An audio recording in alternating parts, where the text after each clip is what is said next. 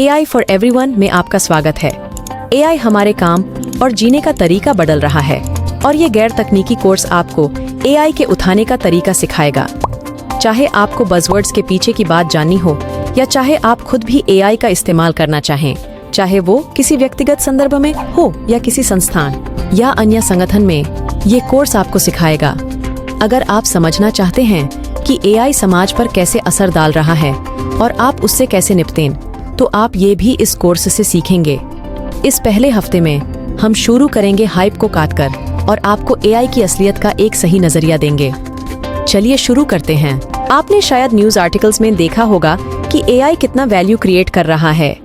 मैकिन्सी global institute के एक study के अनुसार AI का अनुमान है कि 2030 तक सालाना 13 ट्रिलियन US का अतिरिक्त वैल्यू पैदा करेगा। AI के सॉफ्टवेयर इंडस्ट्री में बहुत सारा वैल्यू क्रिएट कर रहा है, लेकिन आने वाले समय में बहुत सारा वैल्यू सॉफ्टवेयर इंडस्ट्री के बाहर भी क्रिएट होगा, जैसे retail, travel, transportation, automotive, materials, manufacturing और ऐसे ही और सेक्टर्स में। मुझे कोई भी इंडस्ट्री का नाम सोचना मुश्किल है जिसमें आय का बहुत बड़ा असर ना हो अगले कुछ सालों में। मेरे दोस्तों और मैं एक दूसरे को चैलेंज करते थे कि कोई ऐसी इंडस्ट्री बताओ जिसमें AI का बहुत बड़ा असर ना हो। मेरा सबसे अच्छा एग्जाम्पल था हेयर ड्रेसिंग इंडस्ट्री, क्योंकि हमें नहीं पता कि AI रोबोटिक्स का इस्तेमाल कैसे करें हेयर ड्रेसिंग ऑटोमेट करने के लिए। लेकिन मैंने एक बार स्टेज पर ये कहा और उस दिन मेरे एक दोस्त जो रोबोटिक्स प्रोफेसर हैं ऑडियंस में थे और उन्होंने खड़े होकर मुझे आंखों में देखा और कहा, एंड्रू, तुम जानते हो ज्यादातर लोगों के हेयर स्टाइल्स, मैं उनके बाल उस तरीके से नहीं काट सकती रोबोट से। लेकिन उन्होंने मुझे देखा और कहा, तुम्हारा हेयर स्टाइल एंड्रू वो रोबोट कर सकता है। AI के बारे में बहुत एक्साइटमेंट है, लेकिन बहुत ज्यादा बेकार का हाइप भी है। इसका एक कारण ये है कि AI एक्चुअली दो अलग अलग आइडियाज हैं। आजकल जो AI में प्रोग्रेस देख रहे हैं वो आर्टिफिशियल नैरो इंटेलिजेंस है। ये वो AIs हैं जो एक ही काम करते हैं, जैसे स्मार्ट स्पीकर या सेल्फ ड्राइविंग कार या वेब सर्च करने वाला AI या फार्मिंग या फैक्ट्री में AI एप्लीकेशंस।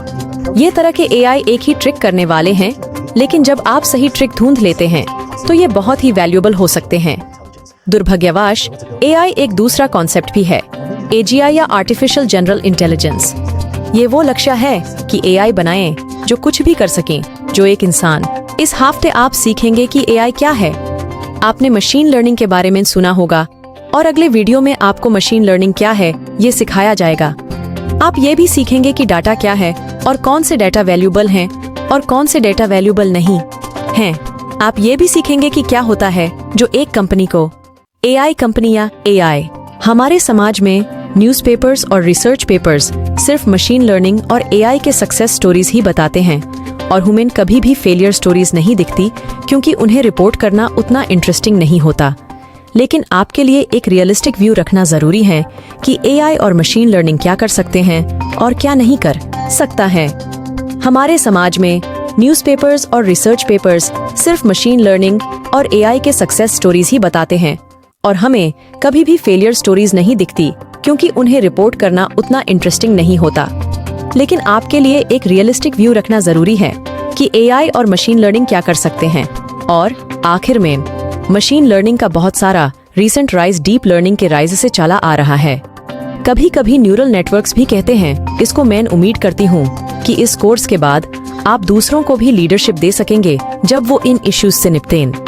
अब एक बड़ा टेक्नोलॉजी जो AI के रीसेंट राइज को चला रहा है वो है मशीन लर्निंग।